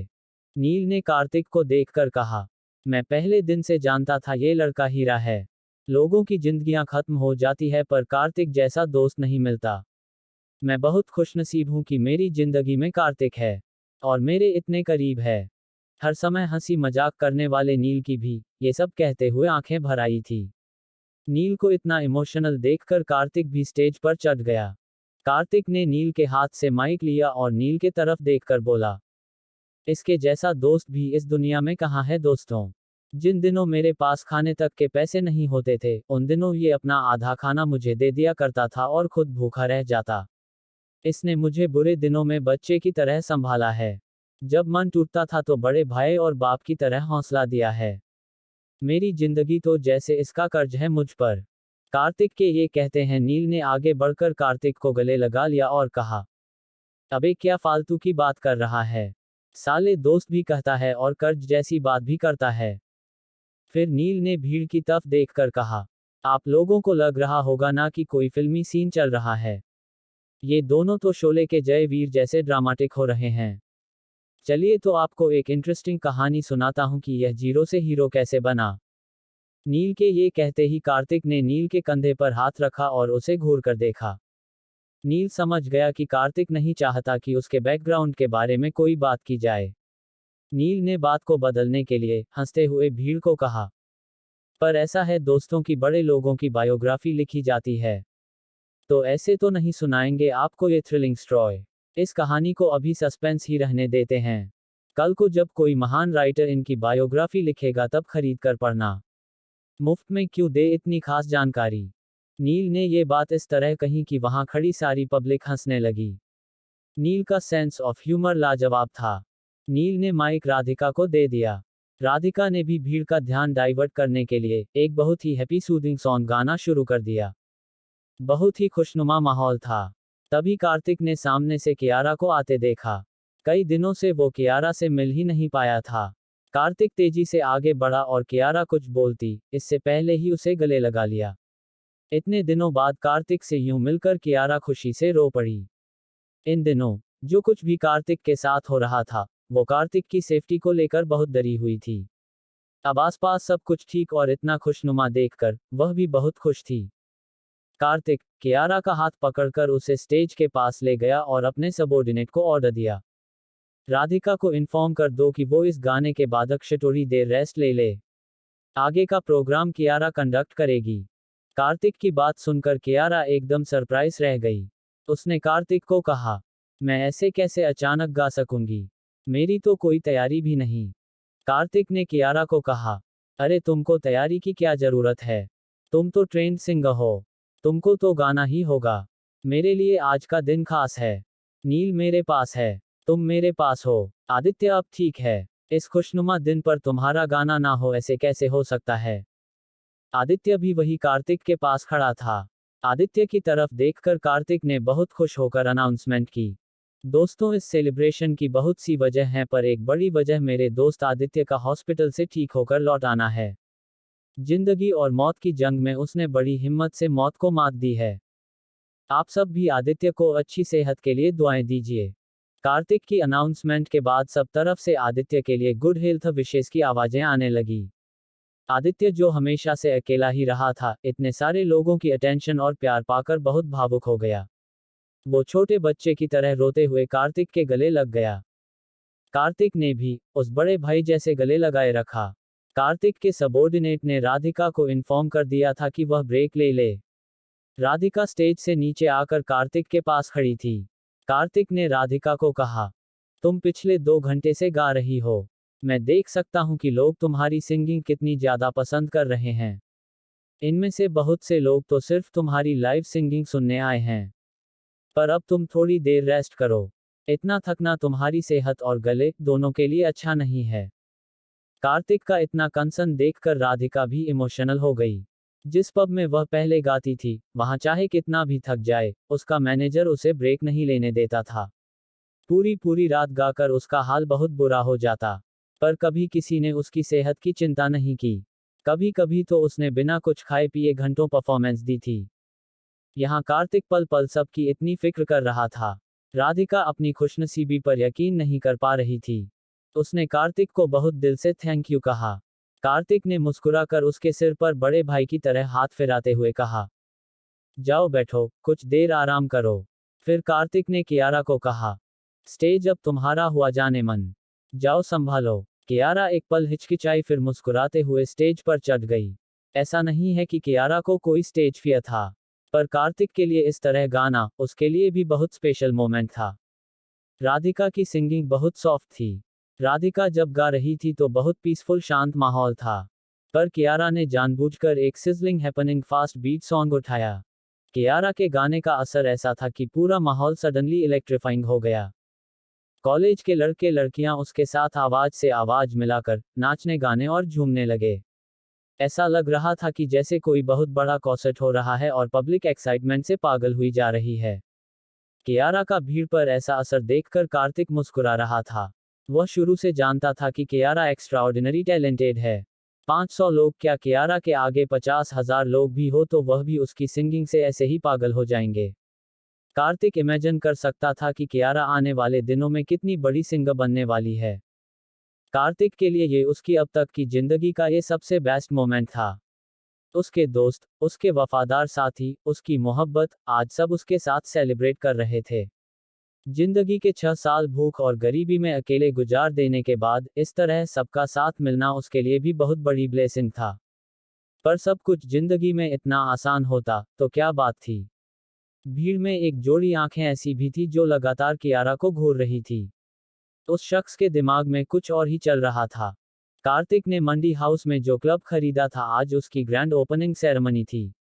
उसके सारे दोस्त और एम्प्लॉयज वहां पर मौजूद थे। कियारा स्टेज पर गा रही थी और सब तरफ बहुत ही इलेक्ट्रीफाइंग माहौल था। भीड़ में एक लड़का बहुत देर से कियारा को घूर रहा था। उसने ये भी नोटिस कर लिया था कि बहुत सारी लड़कियां कार्तिक को इम्प्रेस करने की कोशिश में उसके आसपास घूम रही हैं। उस लड़के ने किसी को फोन करके कुछ इंस्ट्रक्शंस दी। उसके बाद वो स्टेज के पास आकर खड़ा हो गया। कोई 10 मिनट बाद एक आदमी बड़ा सा ब्रीफकेस लेकर उस लड़के के पास आया और उस लड़के को ब्रीफकेस देकर चला गया। कियारा की सिंगिंग अभी चल ही रही थी।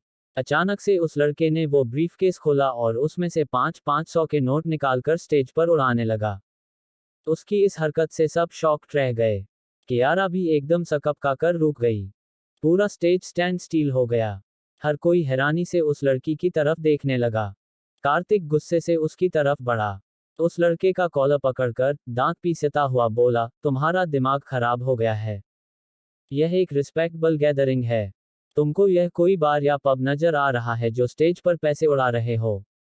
उस लड़के ने बदतमीजी से कार्तिक का हाथ झटका और कहा, बार या पब से अलग भी क्या है? वहां भी यही नाच गाना होता है। मुझे तो कोई फर्क नजर नहीं आता। ये लड़की देखने में सुंदर है, खूब लटक झटक कर इतना शानदार गा रही है। इस क्लब का मालिक इसे क्या ही सैलरी देता होगा। इस पर तो पैसे की बारिश की जानी चाहिए। और तुम मुझे रोकने वाले होते कौन हो? कियारा के लिए इतनी वाहियात बात सुनकर कार्तिक का गुस्सा अब आसमान छू रहा था। कार्तिक ने उसे पीछे धकेलते हुए कहा, मैं इस क्लब का मालिक हूं। और तेरी हरकतों से लग रहा है तू किसी सड़क छाप खानदान की औलाद है। दरअसल नील ने जब कार्तिक के लिए स्टेज पर चढ़कर अनाउंसमेंट की थी, तब ये लड़का मौजूद नहीं था। कियारा की किसिंग जब शुरू हुई तब ये लड़का आया। दो बातें इस लड़के को शुरू से खटक रही थी। पहली कि लड़कियां कार्तिक को इतनी इंपॉर्टेंस क्यों दे रही हैं? ऐसा वह कितना रईस है? वो लड़का नहीं जानता था कि कार्तिक ही इस क्लब का मालिक है। और दूसरी बात ये थी कि कियारा उसको बहुत ज्यादा अट्रैक्टिव लग रही थी। वहां मौजूद सब लड़कियों को अपनी रहीसियत दिखाने और कियारा का अटेंशन पाने के लिए उसने ये पूरा तमाशा क्रिएट किया। वह कियारा को दिखाना चाहता था कि वो बहुत पैसे वाला है। कार्तिक ने जब उस लड़के को पीछे की तरफ धक्का दिया तो वो हाथ उठाने के लिए कार्तिक की तरफ तेजी से बढ़ा। वह कार्तिक तक पहुंचता इससे पहले ही नील ने आगे बढ़कर उसका हाथ पकड़ते हुए कहा, अबे तू है कौन? और क्या फन्ने खान बन रहा है यहाँ पर? तेरे बाप दादा रात दिन शराबखाने में पड़े रहते होंगे, जो वही आदतें तुझ में पड़ी हुई हैं नोट उड़ाने की। पता भी है तू किसके आगे खड़ा है? नील की बात पर उसने नील को तेज धक्का दिया और कहा, और तुझे पता है तू किसके आगे खड़ा है? उसकी इस हरकत पर एंथनी और मैगी दोनों उसकी तरफ बढ़े, पर कार्तिक ने इशारे से उन्हें रोक दिया। कार्तिक नहीं चाहता था कि उसकी स्पाई एजेंसी का कोई भी मेंबर लोगों की नज़र में आए। उस लड़के की हरकतों पर कार्तिक को बहुत तेज गुस्सा आ रहा था, पर अब कार्तिक समझ गया था कि इस लड़के का स्क्रू ढीला है। ये सिर्फ शो ऑफ के लिए इतना तमाशा कर रहा है। कार्तिक को अब माहौल को संभालने की फिक्र थी। अगर इस वक्त वो यहाँ ऐसे मार पिटाई से माहौल बिगड़ने देगा तो उसके क्लब की रेपुटेशन खराब होती है। पहले ही दिन इस तरह का हंगामा उसके कल्चरल क्लब की इमेज के लिए सही नहीं था। इस बार कार्तिक ने उस लड़के से शांति से बात करते हुए कहा, देख भाई, तू जो भी है, तुझे एक बात आराम से समझा रहा हूँ। यह कोई बार नहीं है जहां पर स्टेज पर लड़की पर तू पैसे लुटाएगा। वो लड़की हमारे कॉलेज की है और शौकिया सिंगिंग करती है। वैसे अगर वो प्रोफेशनल सिंगर भी होती तो इस क्लब में इस तरह पैसे उड़ाना अलाउड नहीं है। यह एक कल्चरल क्लब है। यहाँ पर सभी बहुत रिस्पेक्टेबल फैमिलीज के लोग हैं। बेहतर यही है तुमने जो ये स्टेज पर पैसे फेंके हैं, इन्हें तुम खुद समेटो और इन्हें लेकर यहाँ से चलते बनो। उस लड़के ने तैश में आकर कार्तिक को चैलेंज करते हुए कहा, और ना जाऊं तो तू क्या बिगाड़ लेगा? तुझको पैसे का पावर पता नहीं है बेटा। तू जिन पैसों को समेटने की बात कर रहा है, अभी तुझे दिखाता हूं कि पैसा क्या अफरा तफरी मचा सकता है। Respectable families, my foot. अभी तू देखियो अपने रिस्पेक्टेबल लोगों का हाल। ये कहकर उस लड़के ने अपने ब्रीफकेस में से पागलों की तरह पैसा निकालना शुरू किया और सब तरफ उड़ाने लगा। कॉलेज के लड़के लड़कियों में सच में उस पैसे को लूटने के लिए भगदड़ मच गई। फ्री के नोट किसको बुरे लगते हैं? कॉलेज स्टूडेंट्स को तो वैसे भी हंगामे करने में मजा आता है। एक्साइटमेंट में लोग सीटियां बजा रहे थे, हूटिंग कर रहे थे। वहां पर अलग ही किस्म का माहौल क्रिएट हो गया। शरीफ और सीधे लड़के लड़कियां सब एक कोने में सिमट गए। शैतानी फितरत के लड़के बीच में आकर और ज्यादा हंगामा मचाने लगे। कार्तिक के गुस्से की इंतहा ना रही। थोड़ी देर पहले जिस खुशी पर वह फूला नहीं समा रहा था, एक लड़के की बेवकूफ़ी ने सब पर पानी फेर दिया। उसके क्लब की ओपनिंग सेरेमनी इतने शानदार तरीके से शुरू हुई थी। पब्लिसिटी डिपार्टमेंट ने भी अपना काम बखूबी किया था। सब कुछ ठीक चल रहा था कि इस सिरफिरे लड़के ने आकर पूरा माहौल बिगाड़ दिया। पहले दिन ही ऐसा हो जाना कार्तिक के क्लब की रेपुटेशन के लिए बहुत बड़ा सेटबैक था। कार्तिक गुस्से में अब अपने आपे से बाहर हो चुका था। मैगी, एंथनी, समर, हिना सब हैरानी से भीड़ को पैसे लूटते हुए देख रहे थे। उस लड़के की इस हरकत पर नील ने उसका गला पकड़ लिया था और उन दोनों में हाथापाई शुरू हो थी। कार्तिक ने अपने सिक्योरिटी हेड राशिद को इशारे से सिचुएशन को हैंडल करने के लिए कहा। कार्तिक का इशारा पाते ही सारे बाउंसर्स एक्टिवेट हो गए और भीड़ को कंट्रोल करने लगे। इसी दौरान एंथनी और समर उस लड़के को घसीटते हुए क्लब के बाहर ले गए, जिसने ये सारा हंगामा मचाना शुरू किया था। बाउंसर्स के एफर्ट के बाद धीरे धीरे क्लब के अंदर सब कुछ सामान्य होने लगा। कियारा को नर्वस देखकर राधिका भी स्टेज पर आ चुकी थी। जो कुछ भी अभी हुआ था, उस वजह से कियारा बहुत शॉक में थी। पब में काम करने की वजह से राधिका इस तरह के इंसिडेंट्स की आदी हो चुकी थी। वह बेटर तरीके से इन सब से डील करना जानती थी, पर कियारा के लिए इस तरह का ये पहला हादसा था। वो बहुत ज्यादा सहम गई थी। राधिका ने स्टेज पर चढ़कर उसके कंधे पर हाथ रखा और मुस्कुराते हुए कहा, लाइफ में ऐसी छोटी मोटी बातों पर ध्यान नहीं देना चाहिए। आओ एक बार फिर से वह करें जो हम दोनों को करना पसंद है, बिना ये सोचे कि दुनिया की आंखें हमें किस नज़रों से देखती हैं। कियारा को ये कहकर राधिका ने म्यूजिशियंस को कुछ इशारा किया।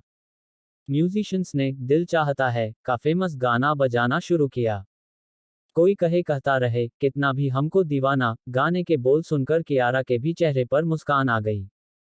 उसने हंसते हुए दुगनी एनर्जी के साथ फिर से गिटार उठाया और राधिका के साथ परफॉर्म करना शुरू किया।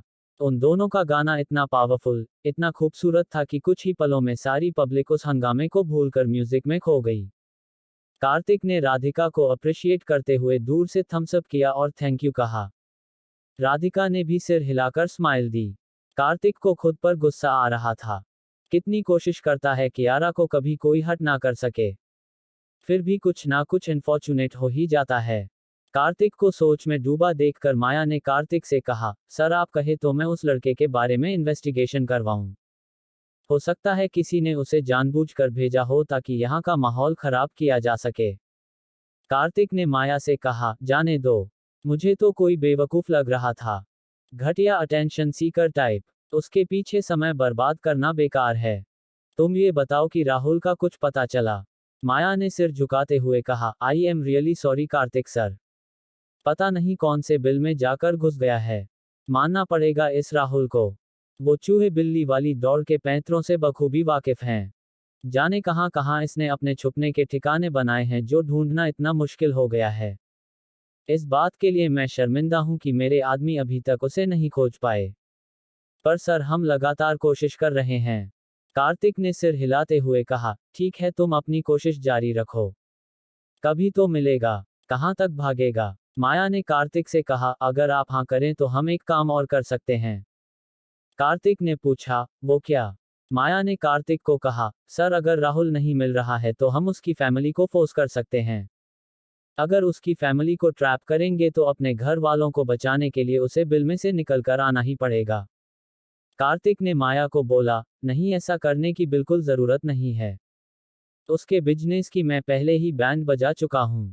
बाकी उसके फैमिली मेंबर्स को हैरेस करने का कोई मतलब नहीं। यह मेरा स्टाइल नहीं है। और फिर कब तक और कहां तक भागेगा? उसका घर यही है, घर वाले यही हैं, काम धंधा सब यही है। एक न एक दिन तो लौटकर आएगा ही, तब दबोच लेंगे। माया ने हाँ में सिर हिलाया। वह कार्तिक की बात से सहमत थी। कभी ना कभी राहुल को लौटकर आना ही पड़ेगा। तब वह किसी हाल में माया के आई ऑफ डार्क नाइट नेटवर्क से बच नहीं सकता था। इस शहर में एक भी जगह ऐसी नहीं है जहां उसके लोगों की नजरों से छुपना मुमकिन हो। राहुल यकीनन शहर छोड़कर कहीं बहुत दूर निकल गया था, इसलिए इस समय इंतजार करना ही ज्यादा सही था। राधिका और कियारा का फर्स्ट डुएट परफॉर्मेंस खत्म हुआ। पूरा हॉल तालियों से गूंजने लगा। उन दोनों को एक साथ बहुत ज्यादा अप्रिशिएट किया जा रहा था।